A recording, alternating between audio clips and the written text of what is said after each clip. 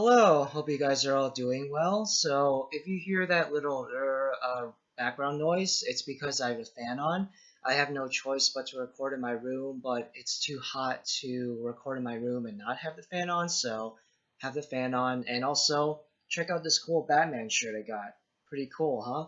But anyway, so I want to make this video because next week, She-Hulk Attorney at Law is coming to Disney Plus, and Daredevil is confirmed to be in it. He is in a trailer, and Kevin Feige also confirmed that they are making a new Daredevil show called Born Again, which is coming out in 2024 to Disney Plus.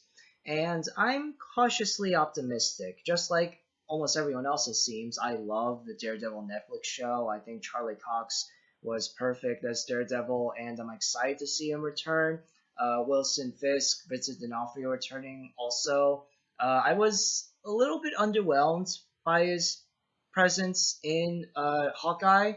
Vincent was great as always, but just I felt like they didn't really use the character that well. But hopefully, they could really take advantage of Daredevil Born Again, him returning in that, and make him awesome, his awesome self again. So yeah, Bullseye. Sorry. So Kingpin is returning, and Daredevil is returning, and I believe Echo is also confirmed to appear in Daredevil Born Again. So, I mean, cool, I guess. But I'd have to see about the Echo show, whether I'm excited for her to appear again in Daredevil Born Again or not. But anyway, so I'm cautiously optimistic towards Daredevil Born Again, but there's one key factor. There's one thing that they have to do in order for the show to be at least good. They need to bring back Foggy, Karen, and Bullseye from Daredevil, or in Bullseye's sake, specifically season 3. So from here on out, there's going to be some spoilers for Daredevil season 3 and the Defenders. If you haven't seen either, please stop watching this video. So at the end of the Defenders, Daredevil stays with Elektra as a whole Hands compound is crashing down. She dies, but he's somehow able to survive. And in Daredevil season 3, he's super not just broken physically, but broken emotionally. He feels super like guilt ridden and is kind of just hating himself, and he feels as if he could have done more. And he decides that he's going to stay this dark, brooding loner, basically just focus on only on the Daredevil self and give up on the Matt Murdock lawyer part of himself. And basically every time Foggy and Karen try to talk to him or confront him in the beginning of season 3, he's like, no, just stay away from me. I'm dangerous. I'm no good for you. Just everyone around me gets hurt. You know, that trope. But it's done well. It's done well in Daredevil season 3. And the show ends with that big fight at Wilson Fisk's compound, and Wilson Fisk gets arrested. Daredevil reunites with Foggy and Karen, and all three of them are seem to be on good terms at least.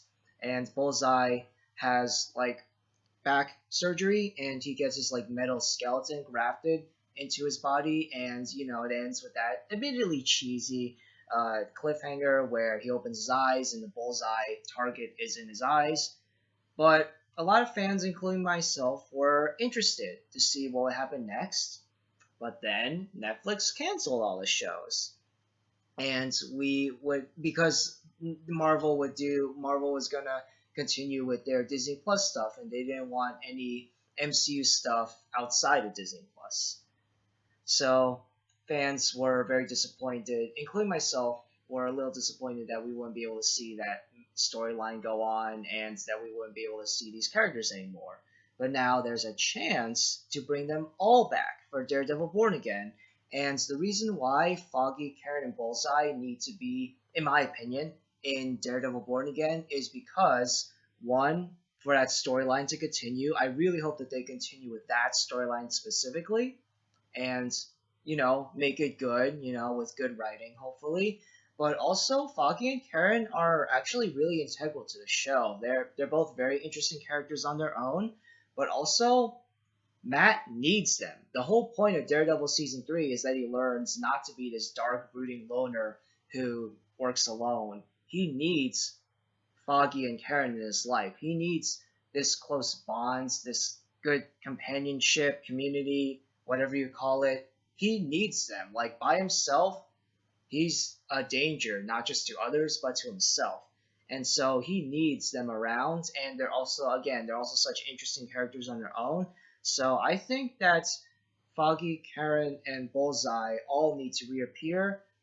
Bullseye specifically to continue what happened in Daredevil season 3 at the end, and Foggy and Karen because they're interesting characters and they're also kind of integral to Matt's character development in a way. I don't know if you guys agree or disagree with me. Let me know down in the comments below what your thoughts are on my thoughts. Also, let me know if you're excited to see She-Hulk or not. I'm interested. I'll watch it because I kind of have to watch everything MCU now, but I'm interested to see what happens in that show and how Daredevil is involved. And Wong also. Yeah, Wong's going to be in it. That's interesting. But yeah, thank you guys so much for watching. I appreciate it a lot. I hope you guys are all doing well, staying safe, and I'll see you guys next time. Bye.